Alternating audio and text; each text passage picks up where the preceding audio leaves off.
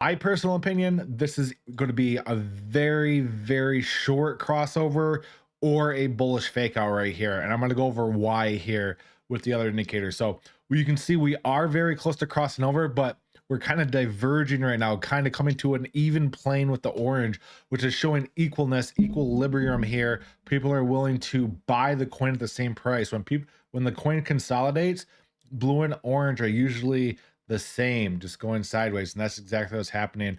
The RSI, yes, the RSI is retracing pretty decently, and we did break out of our uptrend support area, so that's something we have to take into consideration, guys. The RSI is technically bearish there on the day chart. We did get the double sell signal on the WTX, and yes, that is falling as well. But the big thing I want to point out here, like, I love the stock RSI long-term time frame. I put more weight on the stock RSI than any other indicator. The day chart to the weekly chart, the stock RSI is just absolutely powerful at judging the direction of the coin. And as you can see right now, stock RSI, yes, we are technically bearish still on the stock RSI, but we're bouncing off that general level. And remember, blue over orange is bullish. If we look at the general area where we find that support in the stock RSI, we're at that right now. We are at that general level right now, which means there's a very good opportunity for us to bounce right here at the 618 and continue our momentum up to 6 cents plus. Now, what I want to look at for you guys here is the 4-hour time frame. Like I mentioned, this is for the intraday people, the people who swing trade. If we look at the short-term fib here, we can get a general idea of where we're going to be hitting some short-term support and resistance. So our next resistance area obviously is our high that we tested here at 4.6, but there is a good chance here that we talked about. All the indicators in the short term are looking primed. There is a good chance that XCN could be seeing this next push up to around 10 cents, which from where we're at, it's a 2x. 2x is nothing to sneeze at, guys. I mean, everyone's looking for that 100x. Guess what? Just get those 2x's, just 2x, 2x, 2x compound. You don't need to toss your money into a 50K market cap coin and get rugged a million times to make money. Just get those 2x's, 2x's, 2x's. That's what people don't tell you. Everyone's saying, hey, toss your money into meme coins and make millions of dollars. Toss your money in the coins that actually won't rug, that are legitimate, and just compound those 2-3x's on them, man.